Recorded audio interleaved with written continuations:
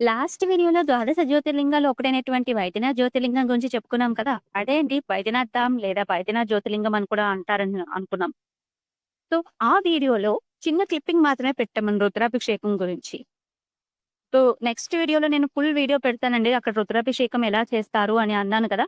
ఆ వీడియోని ఇక్కడ నేను అప్‌లోడ్ చేస్తున్నాను అనమాట. రుద్రాభిషేకంని ఎలా చేస్తారు? అక్కడ ప్రాసెస్ ఏంటి అన్నది ఇక్కడ నేను చూపిస్తున్నాను. అండ్ అలాగే లాస్ట్‌లో అభిషేకం జలం కూడా నేను మీకు చూపిస్తాననమాట.